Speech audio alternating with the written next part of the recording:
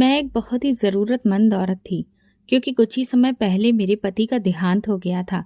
जब मेरी डॉक्टर नंद ने मुझे अस्पताल में नर्स की नौकरी दिलवा दी और फिर एक मेल पेशेंट के कमरे में मेरी ड्यूटी लगा दी, तो मैंने उसे मना किया, क्योंकि मैं एक विधवा थी। पर नंद कहने लगी कि फिक्र की बात नहीं है, वो कोमा में है। मैं उस आदमी के कमरे में रहकर उसका ख्याल रखने लगी, पर जब भी मैं सुबह सोकर उठती तो मेरे और उस बेहोश मरीज के कपड़ों पर पीले रंग के दाग दिख रहे होते। फिर एक दिन मुझे दूसरी नर्स पूछने लगी, तुम्हें एक रात का कितना मिल जाता है? ये सुनकर मुझे बहुत गुस्सा आया, पर मैं बर्दाश्त कर गई। अब मुझे शक होने लगा था कि जरूर कुछ गड़बड़ है, इसलिए मैंने चुपचाप रात की वीडियो रिकॉर्डिंग लगा दी। और जब सुबह उठकर मैंने उस वीडियो को देखा तो मेरी दुनिया ही पलट चुकी थी, क्योंकि वीडियो में साफ तौर पर दिख रहा था कि वो मरीज। आज मेरा पहला दिन था नौकरी पर। मैंने खुद को एक दुपट्टे से बहुत अच्छे से ढक रखा था और भगवान का नाम लेकर घर से निकल पड़ी। मेरी बड़ी नंद डॉक्टर अनामिका ने मेरे लिए अस्पताल में नौकरी लगवाई थी। वो कहती थी, अंजू, अपने पैरों पर खड़ा होना सीखो, लोगों पर बोझ मत बनो। और सच ये था कि मैं खुद भी किसी पर बोझ नहीं बनना चाहती थी। मेरे पति की मौत को 6 महीने बीत चुके थे। उनके साथ अचानक एक हादसा हो गया था, जिसके बारे में किसी को भी अंदाजा नहीं था। और फिर एक दिन वो हमेशा के लिए चले गए, मुझे अकेला छोड़कर। माँ बाप ने कहा कि वापस आ जाओ, लेकिन मैंने मना कर दिया। मैंने कहा नहीं, मैं अपने ससुराल से वापस नहीं आना चाहती, क्योंकि मेरी 3 भाभियां थीं और मैं बहुत अच्छे से जानती थी कि मायके में रहने वाली लड़कियों या फिर एक विधवा औरत का वजूद किस तरह से ये समाज तोलता है। आज जब मैं अस्पताल पहुंची तो अनामिका ने कहा, तुम्हारी ड्यूटी कोमा वाले मरीज के कमरे में है। मैं जरा सा रुकी। एक मर्द पेशेंट, अनामिका ने नरमी से कहा, वो बेहोश है अंजू, तुम्हें उससे कोई खतरा नहीं है और तुम्हारी सुरक्षा की जिम्मेदारी मेरी है। मैंने सिर हिला दिया और कुछ कहे बिना ही उस कमरे की तरफ बढ़ गई। मेरे दिल में अजीब सा भार महसूस हो रहा था, लेकिन मुझे खुद पर भरोसा भी था। अंदर दाखिल हुई तो देखा कि एक लंबा चौड़ा खूबसूरत नौजवान बिस्तर पर बिना किसी हलचल, बिना किसी हरकत के पड़ा हुआ था। उसके चेहरे पर अजीब सा सुकून था, जैसे कि वो बरसों से सो रहा हो। उसे देखकर मुझे बहुत ज्यादा अफसोस हुआ। हे भगवान, इस पर अपनी कृपा करना। अभी इसकी उम्र ही क्या है, इसकी कितनी जिंदगी अभी बाकी है। मेरे दिल से उसके लिए प्रार्थना निकली, शायद इसलिए क्योंकि मेरा पति भी बिल्कुल उसकी ही उम्र का और उसके जैसा ही दिखता था। लंबा, हैंडसम, कम बोलने वाला, और वो भी एक दिन इसी तरह से अचानक मुझे छोड़कर चला गया और हमेशा के लिए खामोश हो गया। मैं उस पेशेंट के पास बैठ गई। मेरी भगवान में बहुत आस्था है और इसी वजह से मैंने भगवान के कुछ भजन धीमी आवाज में गाने शुरू कर दिए। कमरे में सुकून छा गया था। कुछ देर तक मैं उसके पास बैठी रही और फिर उठकर उसके आसपास का जायजा लेने लगी। वहां पर कुछ भी करने के लिए नहीं होता था, इसलिए मैंने सोचा सो जाती हूँ। मैंने खुद से कहा और फिर मेरी आंख लग गई। सुबह जब मेरी आंख खुली तो शरीर में बहुत ही थकान सी महसूस हो रही थी, लेकिन दिल निश्चिंत था। लेकिन जैसे ही मैंने अपने कपड़े सही किए तो मुझे कुछ पीले रंग के धब्बे नजर आए। ये देखकर मैं घबरा गई। ये कैसे और कहां से? रात को तो कुछ भी नहीं हुआ था। मैंने तुरंत अनामिका से बात की। दीदी, मेरे कपड़ों पर कोई अजीब सी चीज लगी है। मैं नहीं जानती कि ये क्या है, लेकिन अजीब बात है। ये सुनते ही वो जैसे आग बबूला हो गई। अंजू, तुम्हें कोमा वाले पेशेंट के कमरे में लगवाना मेरी बहुत बड़ी गलती थी। अगर तुम इस तरह की बातें करोगी तो फिर मेरी नौकरी भी खतरे में पड़ जाएगी। लेकिन दीदी, मैंने तो अभी कुछ कहा ही नहीं है, बस पूछा है कि। उन्होंने बीच में टोक कर कहा, बस कोई बात किसी से मत करना और अपने काम से काम रखो। मैं खामोश हो गई, लेकिन दिल में एक सवाल पैदा हुआ, क्या वाकई मैं गलत कर रही थी? क्या सच में सिर्फ कुछ पूछ लेना ही गुनाह हो गया था? कुछ घंटे के बाद जब मैं नर्सिंग रूम में गई तो वहां 2 नर्सें आपस में हंस रही थीं। एक ने मुझे देखा और कहा, रात का मुआवजा अच्छा मिला होगा, है ना? मैं हक्का बक्का रह गई। मुआवजा? क्या मतलब? दूसरी नर्स ने तंजिया हंसी हंसते हुए कहा, अरे नया नया चेहरा है, अभी समझ नहीं आया होगा। मैं शर्म से जमीन में गड़ गई। मेरे पास कोई जवाब ही नहीं था। कुछ लम्हों के लिए ऐसा लगा जैसे मेरी आंखों के सामने अंधेरा छा गया हो। जब अनामिका दीदी ने गुस्से में मुझे चुप करवाया और वो नर्सें अजीब तरह के कमेंट छोड़कर हंसने लगीं। तो मेरे लिए कुछ भी बदला हुआ नहीं था, बस थोड़ा ज़्यादा साफ हो गया था। मुझे अंदाजा हो चुका था कि ये जगह जितनी साफ दिखाई देती है उतनी है नहीं। अगले दिन जब ड्यूटी शीट देखी तो मेरा नाम फिर उसी कमरे के साथ लिखा था, यानी कि अब मेरी हमेशा के लिए ड्यूटी वहीं के लिए बन चुकी थी। कोमा वाले पेशेंट का कमरा। दीदी, मेरी ड्यूटी किसी और जगह लगवा दीजिए, मैंने आराम से पूछा। वो चेयर पर बैठी हुई फाइल पलट रही थी। क्यों? अब क्या दिक्कत हो गई है? बस थोड़ी परेशानी हो रही है। वो मरीज मर्द है ना? उनकी आवाज़ बुलंद हो गई। मैंने तुम्हें वहाँ खुद लगाया है और ये सबसे आसान ड्यूटी है। ना कोई शोर, ना भीड़ भाड़, और वो आदमी भी कोमा में है, ना कुछ देखता है और ना सुनता है। इससे तुम सुरक्षित भी बनी रहती हो। अगर बार बार जगह बदलती रहोगी तो फिर सबको शक होगा। हालात को समझने की कोशिश किया करो। मैं खामोश हो गई। उनकी बात में वजन था और हालात, वो तो मेरे खिलाफ ही थे। कुछ दिनों में ही मेरा रूटीन बन गया। शाम के वक्त अस्पताल आती, ड्रेस पहनती, अटेंडेंस लगाती और सीधा उस कमरे में चली जाती। कमरे का दरवाज़ा बंद होता, रोशनी धीमी रखती और मशीनों की धीमी बीप की आवाज़ हर तरफ फैली रहती। पेशेंट का नाम फाइल पर आदित्य राय चौधरी लिखा था। मैं फाइल देख चुकी थी। वो एक ही जगह लेटा रहता, उसकी पलक तक नहीं हिलती। कुछ दिन बाद एक दिलचस्प बात हुई। सफाई के दौरान मुझे कमरे की दराज खुली हुई मिली। अंदर एक पुरानी घड़ी, एक गंगा जल की बोतल और एक छोटी सी डायरी नुमा नोटबुक थी। मैंने वो नोटबुक खोली तो उसमें सिर्फ खाली पन्ने थे, लेकिन आखिरी पन्ने पर एक छोटी सी बात लिखी थी, खामोशी सब कुछ सुन लेती है। मैंने वो बात कई बार पढ़ी। उसमें एक अजीब सा असर था, जैसे कि किसी खामोश चीख की गवाह हो। अगली रात मैं कमरे में आई तो नर्स रूम में एक नर्स दिखाई दी। उसका नाम गीता था। उसने मुझे देखा, नज़र चुराई और बड़बड़ाई, यही है शायद। मैंने सुना पर अनसुना कर दिया। रात को हमेशा की तरह मैंने बाकी पेशेंट्स को दवाइयाँ दी, टेम्परेचर चेक किया और वापस अपनी ड्यूटी वाले रूम में आ गई। मैं आज अपने साथ एक बहुत अच्छी किताब लेकर आई थी। मैंने सोचा कि मैं पढ़कर आदित्य को सुनाऊंगी, क्योंकि कोमा में जो मरीज होता है वो कम से कम सुन तो सकता ही है ना, और वो बेचारा न जाने कब से इसी हाल में लेटा होगा। मैं काफ़ी देर तक उसे किताब पढ़कर सुनाती रही और फिर धीरे धीरे मुझे अजीब सी थकान महसूस होने लगी। मैंने सोचा कि कुछ देर के लिए झपकी ले लेती हूँ, लेकिन जब मैं जागी तो 3 घंटे गुजर चुके थे। मुझे झटका लगा। उसी वक्त मुझे ड्रिप लगानी थी। मैंने तुरंत ही अपना काम पूरा किया। एक दिन ऐसा हुआ कि वार्ड बॉय कमरे में आया और बोला, बाहर आपको डॉक्टर अनामिका बुला रही हैं, कुछ डॉक्यूमेंट्स पर साइन लेने हैं। मैंने अपने हाथ के दस्ताने उतारे और बाहर निकलने ही लगी थी कि मुझे ऐसा लगा कि कमरे का दरवाज़ा लॉक हो गया है। क्या इसे तुमने लॉक किया? मैंने वार्ड बॉय से पूछा। नहीं मैडम, दरवाज़ा तो खुद ही बंद हुआ, इसमें ऑटो लॉक सिस्टम है, उसने बेफिक्री से जवाब दिया। मुझे शक सा हुआ, मगर फिर खुद को समझा लिया कि शायद वाकई सिस्टम ही ऐसा हो। कुछ दिनों बाद एक और नर्स आई, शिवानी। वो मेरे पास आकर बोली, आपको पता है वो मरीज 5 महीने से इसी हालत में है। 5 महीने? मैं हैरत से दोहराया। हाँ, और कोई उसे देखने भी नहीं आता। बस एक बार कोई वकील सा आदमी आया था, वो भी पिछले महीने। बात छोटी थी लेकिन मेरे लिए बहुत बड़ी हो गई। ऐसा कैसे हो सकता है कि एक करोड़पति पेशेंट, वो भी इतना जवान, और कोई भी देखभाल के लिए नहीं। मैं अगली रात उसके हाथों को ध्यान से देख रही थी तो उसके नाखून कटे हुए थे, दाढ़ी भी अच्छे से बनी हुई थी, जैसे कि किसी ने अभी कुछ समय पहले ही उसका ख्याल रखा हो। मैंने उसकी पलकों को ध्यान से देखा तो वहां पर एक बार मुझे हल्की सी हलचल दिखाई दी। मैं चौंक गई। तुरंत मशीन की तरफ देखा। हर चीज़ नॉर्मल थी।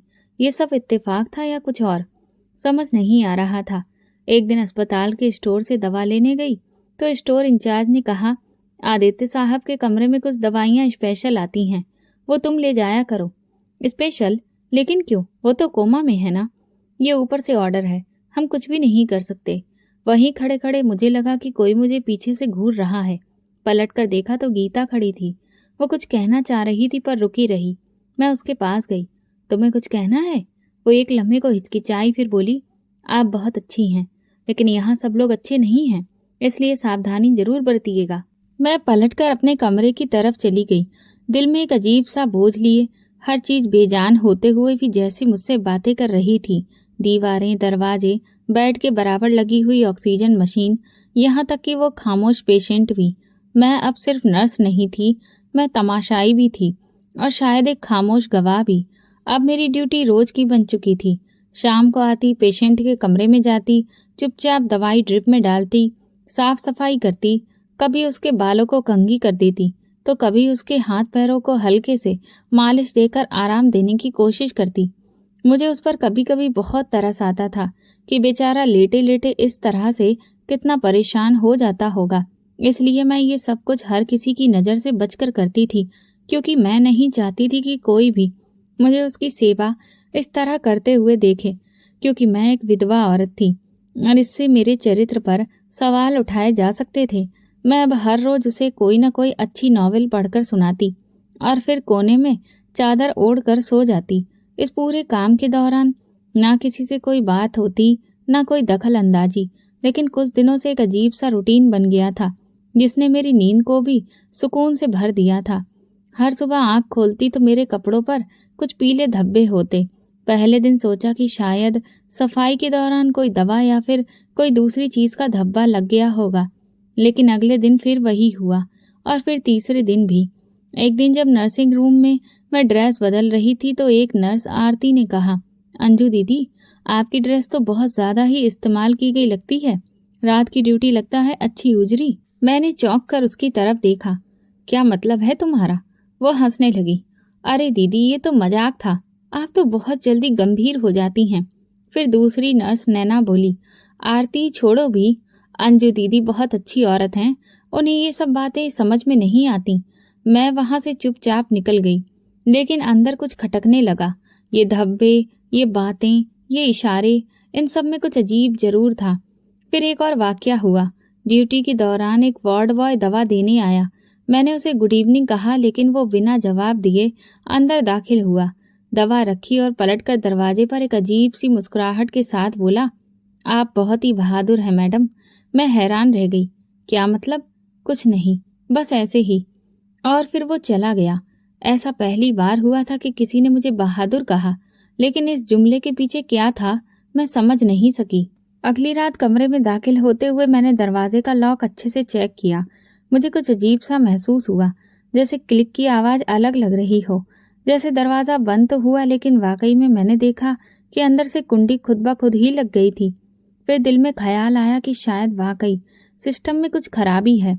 मैंने मोबाइल निकालकर वीडियो बनाने की कोशिश की, मगर अंदर तो नेटवर्क काम ही नहीं कर रहा था। एक तरफ दीवार पर एक पुराना वेंटिलेटर लगा था जो अक्सर खुद ब खुद ही हल्का सा शोर करता था, जैसे कोई धीरे धीरे सांस ले रहा हो। मैंने इस बार ध्यान दिया तो महसूस हुआ कि ये शोर धीमे धीमे आता है और ठीक उसी वक्त बंद हो जाता है जब मैं बुक पढ़ रही होती हूँ। उस रात मैंने कमरे की कुछ चीजों में बदलाव कर दिया। मैं बिस्तर के ठीक नीचे से जाते हुए फर्श पर नमक की एक बारीक सी लाइन बना दी। सोचा शायद किसी कीड़े मकोड़े का आना जाना हो, लेकिन जब मेरी सुबह आंख खुली तो वो लाइन जमी हुई नहीं थी, बल्कि काफी हिल चुकी थी। कुछ जगह से मिट्टी भी हटी हुई थी और मेरे कपड़ों पर वही धब्बे थे। अब मैं डर नहीं रही थी, बस सतर्क थी। इसके पीछे कोई राज जरूर है। कुछ दिनों बाद मेरी नंद ने मुझे कैंटीन में बुलाया। वहां बैठकर वो बोली, अंजू, तुम्हारी बार बार शिकायतें हो रही हैं, अपनी हरकतों पर ध्यान दो। मेरी कौन सी हरकतें? मैं तो सिर्फ अपने कपड़ों पर लगने वाले धब्बों के बारे में। बस करो अंजू, अगर ये नौकरी तुम्हें रखनी है तो खामोश रहना सीखो। ज्यादा सवाल करोगी तो फिर यहाँ के दरवाजे भी तुम्हारे लिए बंद हो जाएंगे। मैं चुपचाप अपना सिर हिला दिया, लेकिन दिल में एक फैसला कर लिया था कि अगली ड्यूटी से पहले मैं अपने पति का पुराना कैमरा साथ लाऊंगी। वही कैमरा जो उन्होंने मुझे पिछली एनिवर्सरी में गिफ्ट में दिया था। वही कैमरा मेरे सवालों का जवाब देगा। कुछ तो है, कुछ अजीब इशारे हैं जो लगातार मुझे कुछ समझाने की कोशिश कर रहे हैं, और शायद अगली रात वे इशारे साफ हो जाएंगे। जब वो रात आई जिसमें मैंने अपने पति का पुराना कैमरा उठाया तो दिल में अजीब सी घबराहट थी। वो कैमरा मेरे लिए सिर्फ एक चीज नहीं थी, एक निशानी थी उस जिंदगी की जो अचानक मेरे हाथों से रेत की तरह निकल गई थी। कैमरे की बैटरी चार्ज की और एक खुफिया जगह पर माइक्रो SD कार्ड डाला और सोचा कि अब इसे कहाँ लगाऊं कि सब कुछ रिकॉर्ड हो जाए और किसी को शक भी ना हो। उस रात मैंने वही किया जो मेरे दिल ने कहा।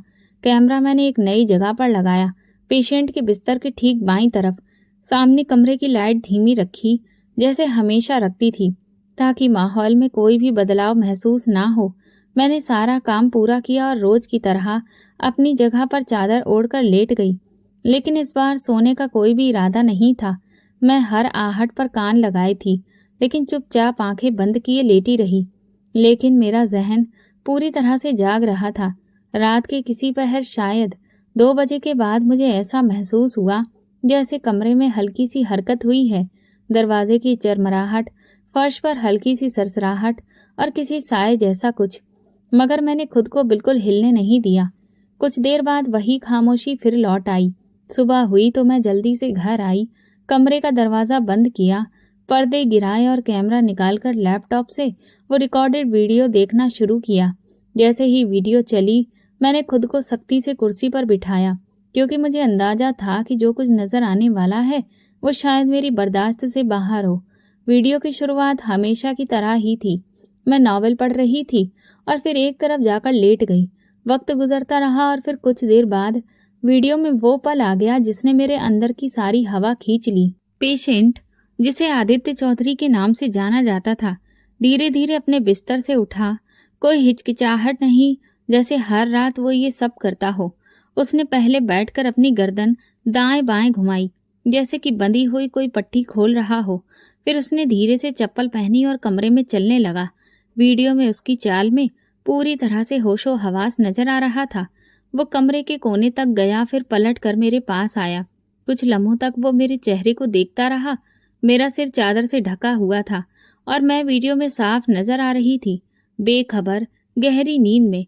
फिर उसने मेरी चादर का किनारा धीरे से हटाया, मेरे बालों को छुआ, जैसे किसी अपने को धीरे से जगाने की कोशिश कर रहा हो, या शायद सिर्फ देखने की इच्छा हो। फिर उसने अपने पेशेंट वाले कपड़ों की जेब में हाथ डाला और ना जाने उसमें ऐसा क्या था कि उसने अपनी एक उंगली मेरी नाक से कुछ इंच की दूरी पर रखी और कुछ देर तक वही रखी, फिर उसे हटा लिया। इससे मुझे इतना समझ आ गया कि वो या तो मेरी सांसें चेक कर रहा है या मुझे कुछ महसूस करवा रहा है। फिर उसने पास में रखी कुर्सी उठाई और उसे मेरे पास रख दिया। दराज खोली और उसमें से वो तेल की पुरानी शीशी निकाली जो कई दिनों से वहीं रखी थी। कुर्सी पर बैठकर उसने मेरे हाथों को बहुत नरमी से थामा और उस पर तेल लगाना शुरू कर दिया। धीरे धीरे वो मसाज करता रहा, जैसे ये रोज की आदत हो। उसने मेरे पैरों पर भी वही तेल लगाया।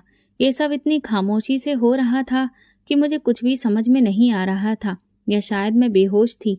कुछ लम्हों बाद उसने मेरे हाथ को थामे रखा। उसके चेहरे पर एक अजीब खामोश सा सुकून था, जैसे वो किसी गहरे दर्द से निकलकर अब शांति की ओर बढ़ रहा हो। फिर बिना किसी जल्दबाजी के उसने शीशी वापस दराज में रखी, चप्पल उतारी, कुर्सी वापस अपनी जगह रखी और आकर बेड पर लेट गया, उसी पोजीशन में जैसे वो हमेशा लेटा होता था। मैंने वीडियो रोक दी। मेरे हाथ कांप रहे थे, दिल तेजी से धड़क रहा था। दिमाग में बस एक बात गूंज रही थी, ये इंसान कोमा में नहीं है। मैंने तुरंत मोबाइल उठाया और अनामिका दीदी को कॉल किया, लेकिन उनका नंबर बंद आ रहा था। मैंने वीडियो फिर से चलाया और कुछ स्क्रीनशॉट्स ले लिए सबूत के तौर पर। दोपहर को जब मैं अस्पताल पहुंची तो वार्ड में दाखिल होते ही वही शख्स मिला जिसने कुछ दिन पहले मुझे बहादुर कहा था। उसने फुसफुसाते हुए कहा, आपने वो वीडियो देख ली? मैं चौंक गई। उसे कैसे पता? वह आगे कुछ नहीं बोला, बस गर्दन झुकाकर वहां से चला गया। मैं समझ गई कि यहाँ और भी लोग हैं जो सब जानते हैं, मगर चुप हैं। मैं सीधा अनामिका दीदी के ऑफिस गई, दरवाज़ा खटखटाकर अंदर गई और बिना कुछ कहे मोबाइल उनके सामने रख दिया। वीडियो चला दी। वो पूरी वीडियो चुपचाप देखती रही। जब वीडियो खत्म हुई तो उन्होंने मोबाइल मेरी ओर वापस धकेला और कहा, ये सब नकली है, शायद तुम्हें सपना लगा हो। तुम्हारी वीडियो अस्पताल के मैनेजमेंट पर सवाल उठा रही है। तुम अपनी नौकरी खुद खतरे में डाल रही हो। मैंने दृढ़ता से कहा, ये सपना नहीं है, ये हकीकत है, और अब ये बात मुझ तक नहीं रहेगी। उन्होंने कठोर लहजे में कहा, अंजू, इस वक्त तुम बहुत जज्बाती हो, बेहतर होगा कुछ दिन की छुट्टी ले लो। मैंने जवाब दिया, नहीं, मैं अपनी ड्यूटी पर आऊंगी, वहीं उसी कमरे में। वो मुझे घूरती रह गई और मैं ऑफिस से निकल आई। शाम को जब मैं स्टोर रूम से दवाइयाँ लेने गई तो एक नर्स मेरे पास आई और धीरे से बोली, वो इंसान जो बेड पर है सिर्फ सोता नहीं है, वो देखता है और सुनता भी है। मैंने पूछा, तुम्हें कैसे पता? वो बोली, कभी कभी जब मैं कुछ वहां करती हूँ तो वो मुस्कुराता था। मैं उसी दिन समझ गई थी कि कुछ सही नहीं है। अब मेरे सामने सिर्फ एक रास्ता बचा था, अगली रात उसके सामने सच्चाई रखना। मैंने वीडियो बार बार देखा, हर बार ये उम्मीद लेकर कि शायद ये नज़र का धोखा हो, कोई टेक्निकल खराबी, कोई फ्रेम कट गया, कुछ तो ऐसा हो जिससे लगे कि मैं गलत हूँ। लेकिन हर बार हकीकत और साफ हो जाती।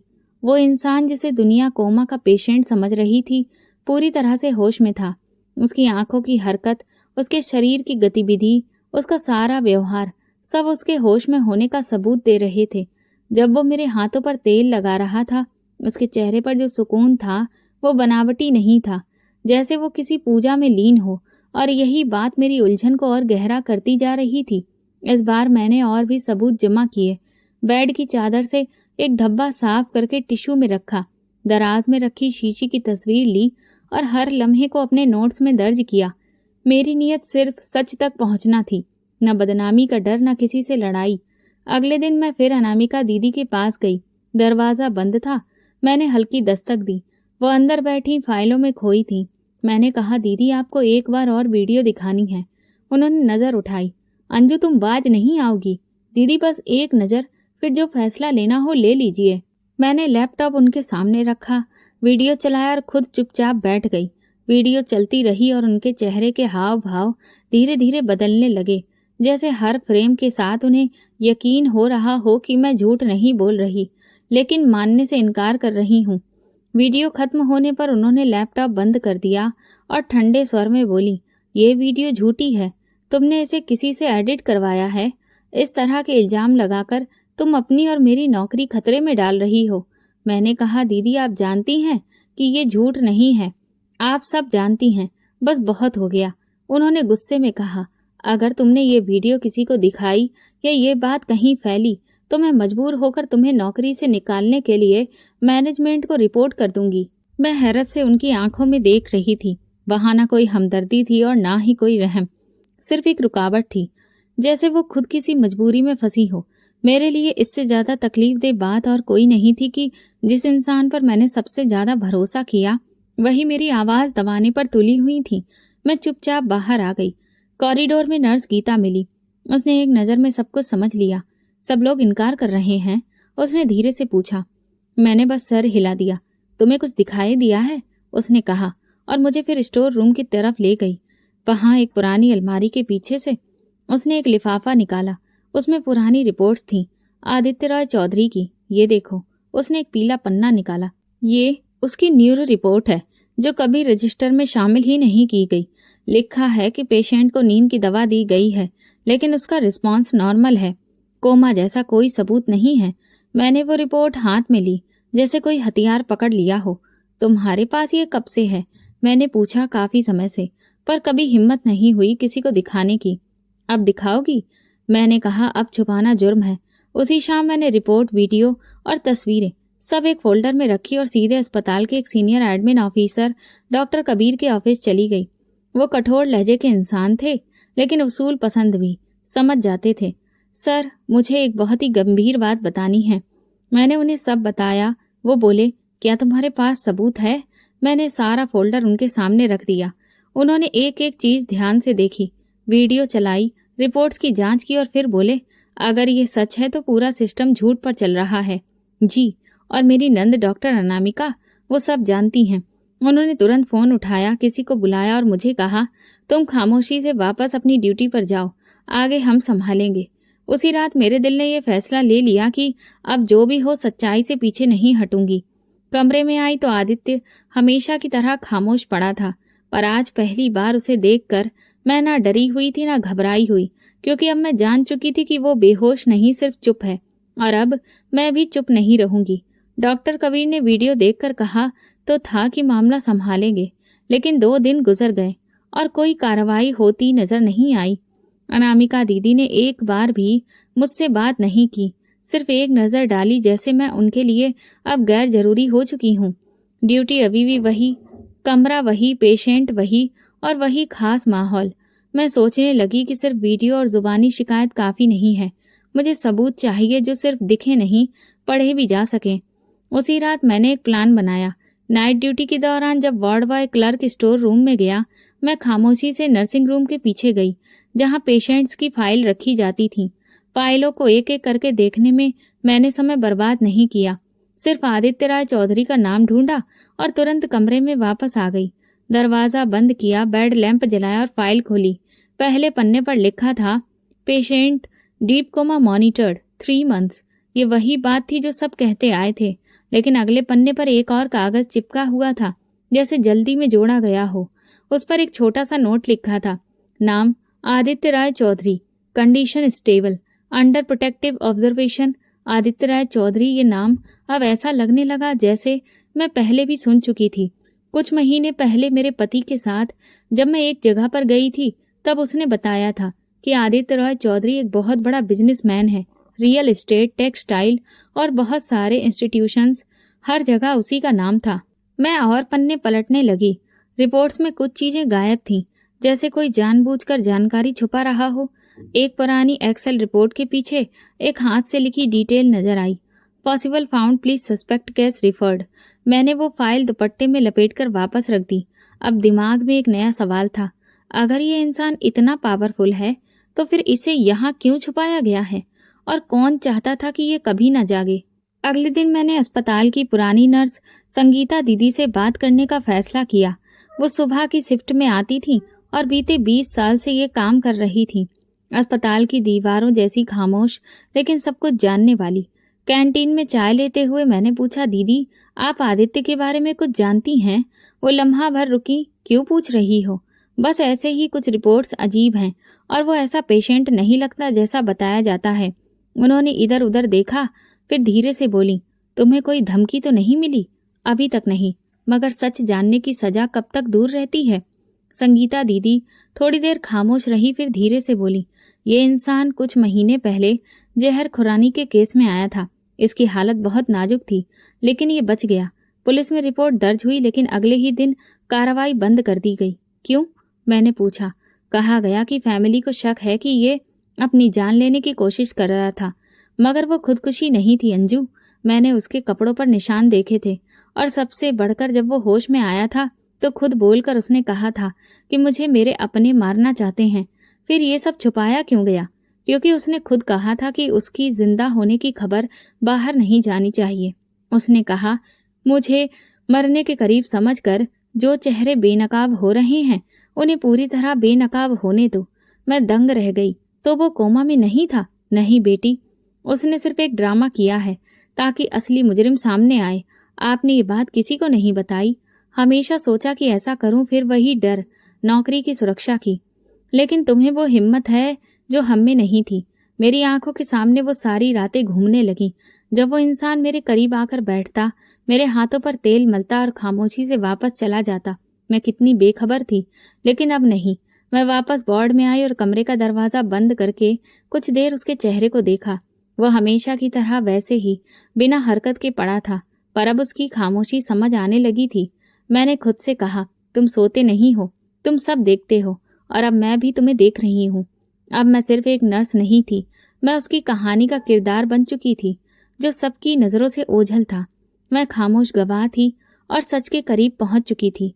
संगीता दीदी की बातें मेरे दिमाग में गूंज रही थीं। वो जो कुछ कहकर गई थी, वो बस राज नहीं थे, एक भारी जिम्मेदारी भी थी। आदित्य चौधरी जिंदा था, होश में था, और खुद को मुर्दा दिखाकर अपने ही लोगों को बेनकाब कर रहा था। अस्पताल के कुछ लोग, जिन्हें हम अपनी जिम्मेदारी निभाने वाले समझते थे, एक कीमत पर खामोशी से बिक चुके थे। और मेरी नंद डॉक्टर अनामिका, वो कहाँ खड़ी थी? क्या उसकी मालूमात में ये सब कुछ था, या मैं सिर्फ एक मोहरा बनी? दिल चाहा कि उसे फिर से टटोल लूं, सवाल करूं, मगर अब मैं जान चुकी थी कि मेरे सवाल उसे नहीं, उस इंसान से होने चाहिए जिसने खुद को मुर्दा जाहिर किया है, जिसने मुझे रातों रात अपने पास बिठाया और खामोशी से तमाशा देखता रहा। उस दिन मैंने अपनी ड्यूटी पूरी की, किसी से बात नहीं की, ना किसी का सामना किया। दिल में बस एक ही सोच थी, आज बात करनी है, आज पर्दा उठना है। मैं अस्पताल के मंदिर गई, माथा टेका, प्रार्थना की और फिर चेंजिंग रूम में ड्रेस पहनने गई। आज मैंने अपने पति की दी हुई वो घड़ी पहनी जो मैं सिर्फ खास मौके पर पहनती थी। दिल में मजबूत इरादा था, कमजोरी नहीं। कमरे में दाखिल हुई तो हमेशा की तरह दरवाजा बंद करने से पहले मैंने गीता को बाहर देखा। वो थोड़ी दूरी पर खड़ी मुझे ही देख रही थी। मैंने धीरे से सिर हिलाया और वो पलट गई। दरवाजा बंद हुआ। कमरा अंधेरे में डूबा हुआ था। सिर्फ मॉनिटर की नीली रोशनी दीवार पर हल्की सी रंगत डाल रही थी। मैं धीरे धीरे बेड के करीब गई। दिल धड़क रहा था, लेकिन कदम मजबूत थे। मुझे सब पता है, मैंने नरमी से कहा। अब ये ड्रामा बंद कर दीजिए। वो लम्हा कुछ पल का मेहमान था। अचानक एक पलक झपकने के सेकंड में उसने आंखें खोल दी। मैं पत्थर बनी खड़ी थी और वो आदित्य रॉय चौधरी पूरे होशो हवास में मुझे देख रहा था। आखिरकार तुमने सच जान लिया अंजू, उसने धीरे से कहा। कितने दिनों से तमाशा चल रहा है? मैंने पूछा। आवाज में कोई भी कपकपाहट नहीं थी। काफी दिनों से, बल्कि महीनों से। लेकिन तुम्हारे आने के बाद ये सारा खेल एक और ही दिशा में चला गया। तुमने मुझे क्यों चुना? मैंने तुम्हें नहीं चुना, हालात ने किया। तुम्हारी फिक्र, तुम्हारी खामोशी, तुम्हारी अच्छाई, तुम्हारा ये मिजाज, ये सब खुद ब खुद मेरे लिए भरोसे का कारण बन गया। और अनामिका? मैंने पूछा। वो भी सब जानती है? नहीं, अनामिका को सिर्फ इतना पता है कि मैं जिंदा हूँ। बाकी कहानी उसके लिए भी छुपा ली गई है, लेकिन वो खुद को सुरक्षित रखना जानती है। तुम्हारी खामोशी मेरे लिए मुश्किल थी। तुम जानते थे कि मैं क्या कह रही हूँ, फिर भी खामोश रहे। वो लम्हे भर को चुप रहा, फिर बोला। मैं मजबूर था। अगर किसी पर भरोसा करता तो सब कुछ बर्बाद हो जाता। तुम पर भी शक था, लेकिन तुमने खुद ही सब साफ कर दिया। अब क्या चाहते हो? सच का पूरा चेहरा दिखाना चाहता हूँ। मेरे अपने करीबी भाई बहन, बिजनेस पार्टनर्स, सब ने मुझे खत्म करने का प्लान बनाया। जहर दिया, गाड़ी के ब्रेक फेल करवाए और फिर अस्पताल में एडमिट करवा के मेरी मौत की खबर फैला दी। और तुमने चुपचाप सब सह लिया, यहाँ छुपकर रहना मंजूर किया। नहीं अंजू, मैंने वक्त को खरीदा है। यहाँ से बाहर हर चीज खतरनाक है, लेकिन अंदर से मैं एक एक चीज को नोट कर रहा हूँ। मेरे वकील, मेरे खुफिया गार्ड्स और कुछ वफादार लोग पूरी रिपोर्ट तैयार कर रहे हैं। सिर्फ एक खास वक्त का इंतजार है। और तब तक मैं क्या करती रहूं? अब तुम्हें कुछ नहीं करना है। तुम सिर्फ मेरी सच्चाई की गवाह बन चुकी हो। मैं कुर्सी खींचकर उसके पास रखी और बैठ गई। मैं कोई तमाशा देखने वाली नहीं हूँ आदित्य। मैंने इस अस्पताल की दीवारों के पीछे बहुत कुछ सहा है, और जो कुछ होगा उसमें मेरा भी हिस्सा होगा। वो मुस्कुराया। तुम्हारा हिस्सा तो सबसे मजबूत है। शायद इस कहानी की शुरुआत तुम ही हो। हम खामोश हो गए। कमरे में सिर्फ मशीनों की हल्की आवाज बाकी रह गई। मैं उस रात सोई नहीं, वो भी नहीं। पहली बार दो जागते हुए इंसान उस कमरे में एक साथ थे, बिना पर्दे, बिना झूठ के। सुबह हुई तो बाहर रोशनी थी, मगर मेरे अंदर पहली बार सुकून था, क्योंकि अब मेरे सामने कोई पर्दा नहीं था। जब आदित्य ने नरमी से कहा, मैं जानता था कि तुम सब समझ जाओगी, तो मेरे कदम खुद ब खुद पीछे हटे। उसके लहजे में तसल्ली थी, मगर मेरे दिल में भारी गुस्सा उभरने लगा। मैंने गहरी सांस ली और बिना किसी झिझक के कहा, तुमने मेरे भरोसे का फायदा उठाया।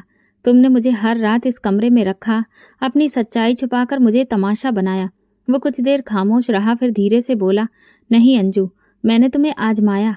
किसी इंसान के किरदार को परखने के लिए वक्त लगता है, और मैं हर कदम पर देख रहा था कि कौन मेरी गैर मौजूदगी में वफादारी निभाता है। तुमने वो सब किया जिसे कोई वैल्यू भी नहीं करता। मैं रुख मोड़ा, जैसे अपनी नाराजगी को छुपाना चाहती थी, लेकिन सच यही था कि उसकी बातों में भी वजन था। मुझे अपनी खुददारी की कुर्बानी नहीं देनी थी, लेकिन ये भी मानना पड़ा कि जो इंसान इतनी बड़ी साजिश के खिलाफ अकेला खड़ा हो, वो किसी पर भी तुरंत भरोसा नहीं कर सकता। तुम्हें कब पता चला कि मैं शक करने लगी हूँ? मैंने पूछा। उसी दिन जब तुमने मेरा हाथ झटका। उस रात मैंने पहली बार तुम्हारी आंखों में भरोसे की जगह सवाल देखे थे। मैं कुर्सी पर बैठ गई। आदित्य अपनी उसी पोजीशन में लेटा रहा, मगर उसकी आंखों में वो गहराई थी जो सच छुपाने वालों में नहीं होती। तुम इस सब से क्या निकालना चाहते हो? मैंने साफ शब्दों में पूछा। इंसाफ, और उसकी जमानत जो मेरे लिए खड़ी हुई जब सबने मेरा साथ छोड़ दिया। वो बात मेरे दिल में जैसे तीर की तरह लगी। एक लम्हा आया कि मैंने सोचा, क्या वाकई मेरा होना इतना खास हो गया था? मैंने कुछ नहीं मांगा, ना कुछ माना, मगर फिर वही ख्याल आया, शायद भगवान ने मुझे एक मकसद के लिए यहाँ भेजा था। अब तुम क्या करने वाले हो? मैंने बात आगे बढ़ाई। मेरी लीगल टीम मेरे दस्तखत का इंतजार कर रही है। जैसे ही मैं पूरी तरह से अस्पताल से निकलने के काबिल हो जाऊंगा, मेरे भाई बहनोई और 2 पार्टनर्स के खिलाफ क्रिमिनल केस फाइल हो जाएगा। सब कुछ कानूनी तरीके से होगा और अस्पताल का क्या? यहाँ तो सबने खामोशी खरीद ली है। डॉक्टर कबीर मेरा आदमी है, वही मेरा खास था। उसे भी भरोसा दिलाना मुश्किल था, मगर अब वो सब कुछ संभाल रहा है।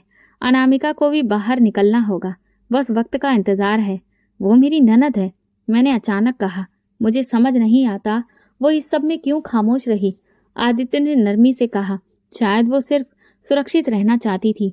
वो कुछ लोग जालिम नहीं होते, सिर्फ कमजोर होते हैं। वो जवाब में मेरे दिल को चुभ गया था। सच था, लेकिन उसे एक्सेप्ट करना मुश्किल था। तुम्हें कैसे पता कि मैं तुम्हारे साथ हूँ? मैंने अचानक पूछा। तुम यहाँ बैठी हो, यही काफी है। उसकी आंखों में मुझे साफ साफ देख रही थी। उसकी नज़र में कुछ पाने की इच्छा नहीं थी, बल्कि शुक्रिया था।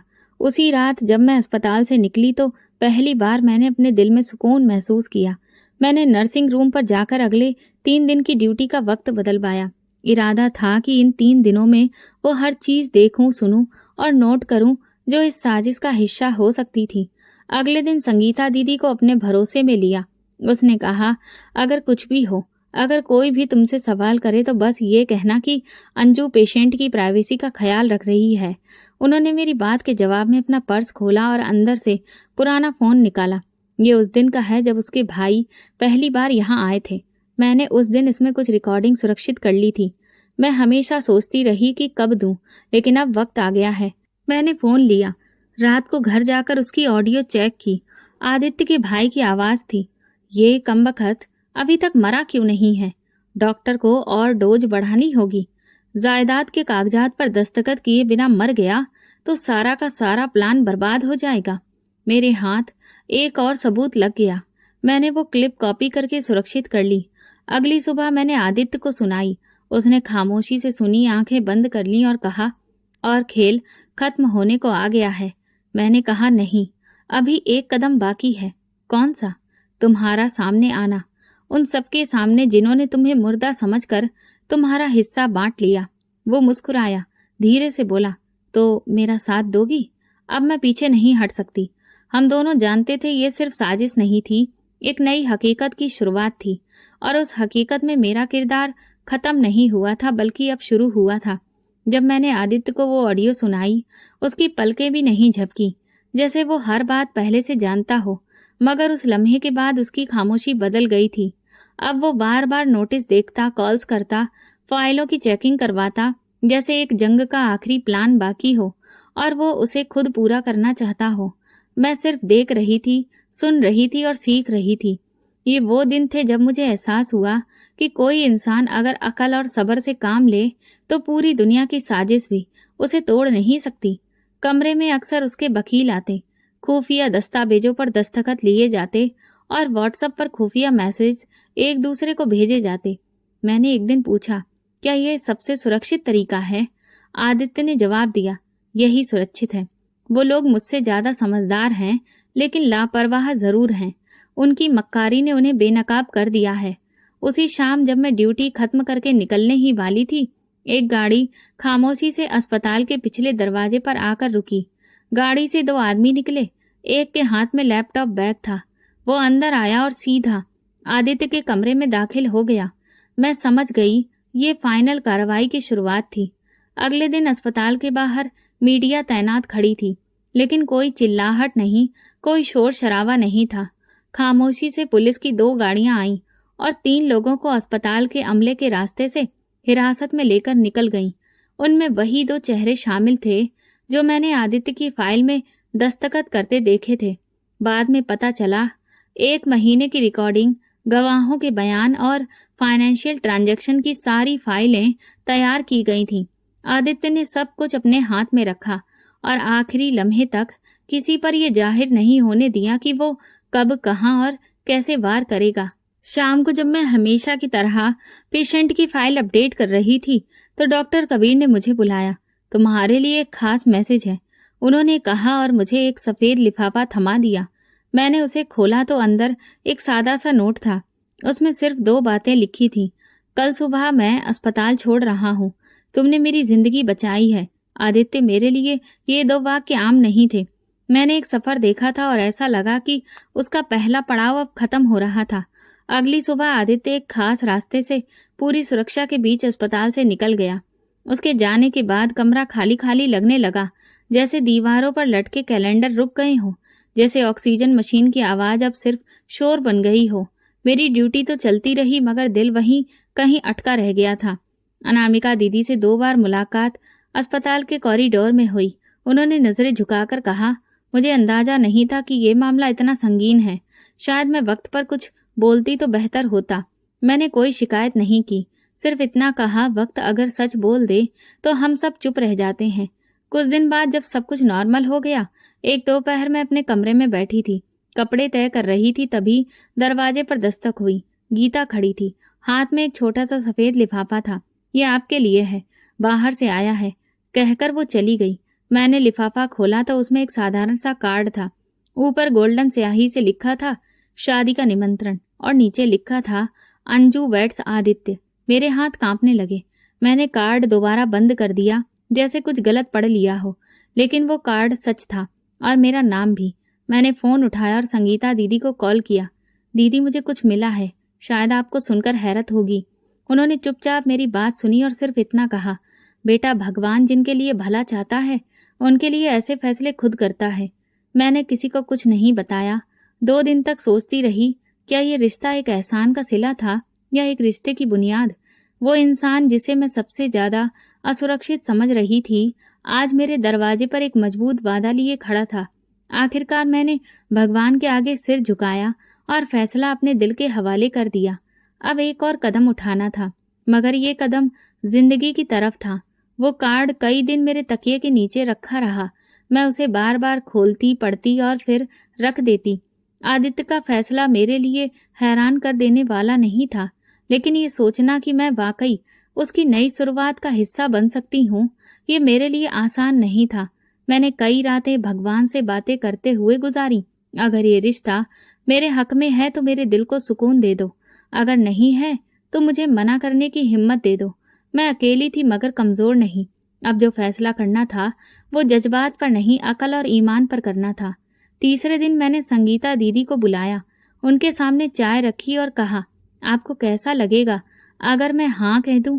वो थोड़ी देर चुप रही, फिर बोली, अंजू, तुमने उस आदमी को उस वक्त इज्जत दी जब दुनिया ने उसे मरा हुआ समझ लिया था। अगर वो तुम्हें जिंदगी की इज्जत देना चाहता है तो ये तुम्हारा अधिकार है। मैंने उनकी बात सुनकर सिर झुका लिया। अगले दिन मैंने फोन उठाया, आदित्य के वकील का नंबर मिलाया और सिर्फ इतना कहा, मेरा जवाब हाँ है, मगर मेरी कुछ शर्तें भी हैं। वकील ने कहा, मैं उन्हें सब बता दूंगा। शाम तक आदित्य की तरफ से मैसेज आ गया, तुम्हारी हर बात मुझे दिल से कबूल है। सादी साधारण तरीके से होगी और रिश्ता सिर्फ इज्जत पर कायम होगा। इस जवाब ने मेरे दिल को एक नरमी दी। मैंने लाल दुपट्टा निकाला, वही जो मेरी पहली शादी में मुझे पहनाया गया था। उसमें कई पुरानी यादें थीं, मगर आज उसमें एक नया मोड़ जुड़ने जा रहा था। शादी की तारीख तय हुई, एक छोटे से हॉल में, ना कोई बैंड बाजा, ना कोई दिखावा, बस 2 दिल, 2 परिवार और 2 गवाह। उसी दिन मैंने अपनी पहली शादी का लहंगा पहना और अपने पहले पति का दिया हुआ वो छोटा सा लॉकेट, जिसे मैं हमेशा दिल के करीब रखती थी। संगीता दीदी मेरे साथ थी और गीता ने मेरा दुपट्टा ठीक किया। आप बहुत खूबसूरत लग रही हो अंजू दीदी, उसने कहा। मैं सिर्फ प्रार्थना करूंगी कि ये सारी खुशियां हमेशा बनी रहें।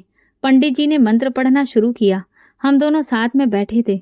वो पूरे वक्त सिर झुकाए, पूरी संजीदगी से चुपचाप बैठा रहा। उसे जैसा जो रस्म निभाने को कहा गया उसने वैसे ही निभाया। जब उसे मेरी मांग भरने को कहा गया तो मेरे थोड़े हाथ कांपने लगे, लेकिन मैंने आंखों से इशारा करके उसे इजाजत दी। उसने मेरी मांग भरी और फिर मुझे मंगलसूत्र पहनाया। हर रस्म के साथ मेरे दिल का बोझ हल्का होता गया। फिर हम 7 फेरे लिए। मेरे हर फेरे का वचन दिल से बोली और भगवान से प्रार्थना की, जिस सफर की शुरुआत तूने मेरे सब्र से करवाई उसका अंजाम भी मेरे लिए बेहतर बना दे। ना कोई फोटोग्राफर था, ना वीडियो, ना कोई पोस्ट। बस मेरे दिल में उस लम्हे की तस्वीर सुरक्षित थी जिसमें मेरी वफादारी और मेरी सच्चाई एक नए रिश्ते में बंध गई थी। वापस आने के बाद संगीता दीदी ने मेरे हाथ पकड़कर कहा, तुम सिर्फ पत्नी नहीं हो, एक मिसाल हो। आदित्य ने शादी के बाद मुझसे कहा, मैंने दुनिया को दिखाया कि मैं मरा हुआ हूँ, मगर तुमने मुझे एहसास दिलाया कि मैं जिंदा रहने के काबिल भी हूँ। तुमने जिस तरह से मेरा ख्याल रखा, मेरे बारे में सोचा, मेरे अकेलेपन को हर रोज दूर करने की कोशिश की, उसी ने मेरे दिल में तुम्हारे लिए एक खास जगह बना दी। मैंने मुस्कुराकर कहा, तो इसलिए तुम रोज मेरे हाथ पैर की मालिश करते थे?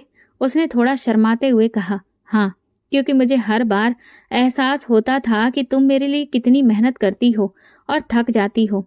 बस उसी के लिए एक छोटी सी कोशिश करता था, और कुछ नहीं। हमने कोई हनीमून प्लान नहीं किया, किसी दूसरे देश की सैर पर नहीं निकले। अगले दिन हम दोनों एक साथ मंदिर गए, वहां जाकर पूजा की, गरीबों में कपड़े बांटे, सब कुछ एक साथ किया जैसे दो आम इंसान जो एक गैर मामूली मुश्किल से गुजरकर अब साधारण तरीके से जिंदगी जीने की कोशिश कर रहे थे।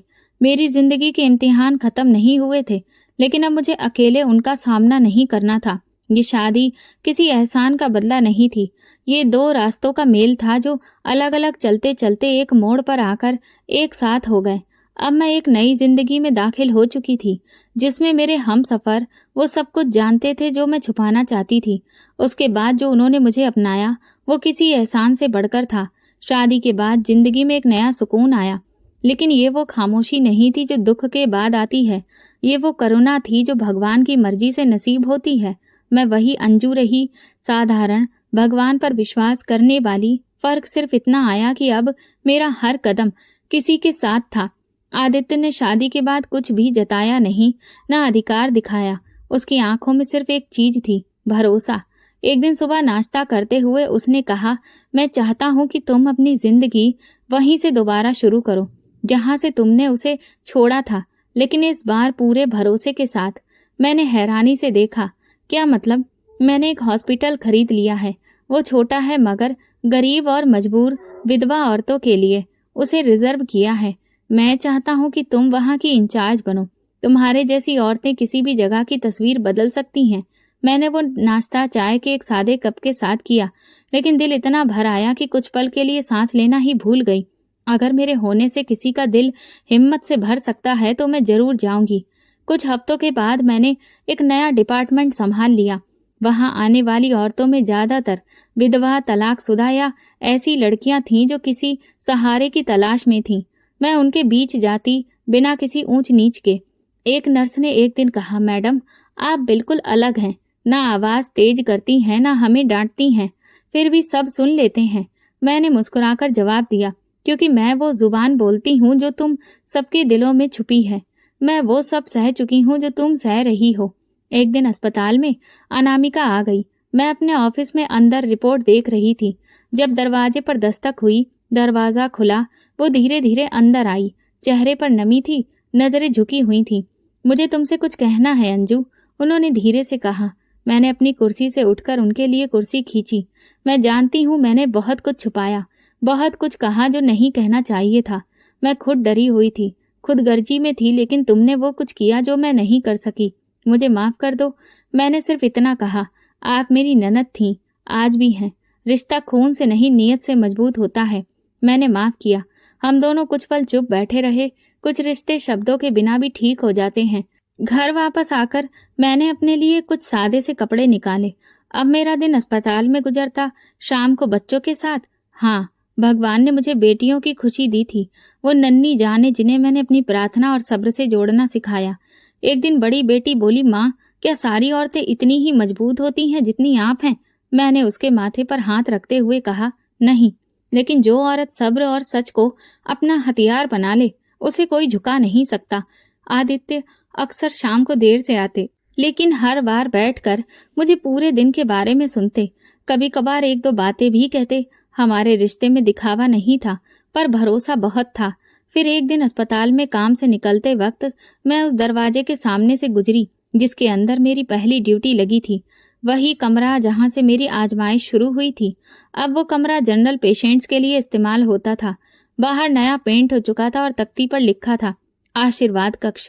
मैं कुछ पल रुकी, दीवारों को हाथ लगाया, आंखें बंद की और दिल से एक प्रार्थना निकली, हे भगवान, शुक्र है कि तुमने मेरे जख्मों से मेरी तकदीर लिखी और हर कदम पर मुझे सहारा दिया। ना कोई आंसू, ना बहाना, ना कोई दुख का मंजर। अब याद आया, क्योंकि जिस जगह से दुख शुरू हुआ वही मेरी इज्जत की बुनियाद खड़ी हो चुकी थी। अब मैं अस्पताल की इंचार्ज हूँ, एक पत्नी हूँ, एक माँ हूँ, लेकिन सबसे बढ़कर वो औरत हूँ जो जानती है कि अगर नीयत साफ हो तो हालात चाहे जैसे भी हो, रास्ता खुद बन जाता है। ये वीडियो केवल मनोरंजन के उद्देश्य से बनाया गया है। सभी पात्र काल्पनिक हैं। वास्तविक व्यक्तियों, जीवित या मृत या वास्तविक घटनाओं से कोई समानता विशुद्ध रूप से संयोग है। किसी भी व्यक्ति, धर्म या जाति को ठेस पहुंचाने की मंशा नहीं है। तो दोस्तों, अगर आपको हमारी कहानी पसंद आई हो तो कमेंट करें, वीडियो को लाइक करें और ज़्यादा से ज़्यादा शेयर करें। चैनल पर नए हैं तो सब्सक्राइब करें और नोटिफिकेशन बेल दबाएं ताकि अगली अपडेट सबसे पहले आपको मिले। धन्यवाद।